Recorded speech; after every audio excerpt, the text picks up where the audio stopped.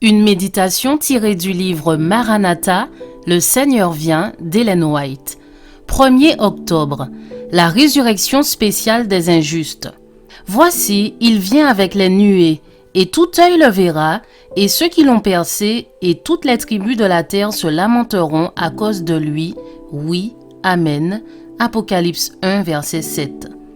Ceux qui l'ont percé, ceux qui se moquèrent et rirent des souffrances du Christ sur la croix ainsi que les ennemis les plus acharnés de sa vérité et de son peuple, sont ressuscités pour le voir dans sa gloire et pour voir de quel honneur seront récompensés ceux qui ont été droits de cœur et obéissants.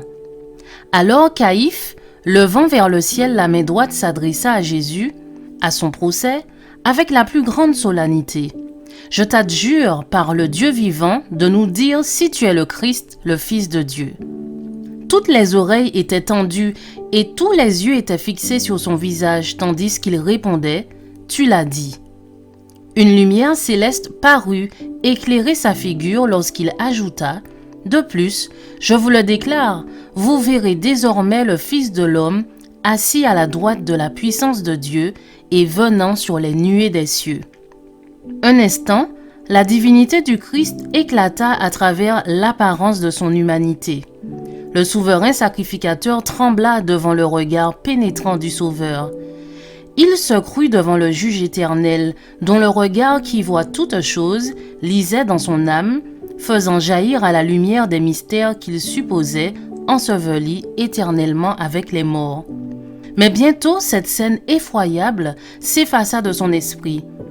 Il déchira sa robe et demanda que le prisonnier fût condamné comme blasphémateur. « Qu'avons-nous encore besoin de témoins, dit-il. Vous venez d'entendre le blasphème. Qu'en pensez-vous » Tous furent d'accord pour le condamner.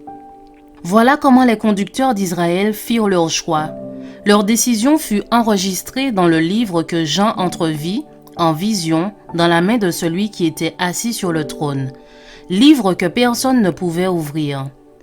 Au jour où il sera décelé par le lion de la tribu de Juda, l'esprit de vengeance caché dans la détermination des chefs juifs leur apparaîtra clairement.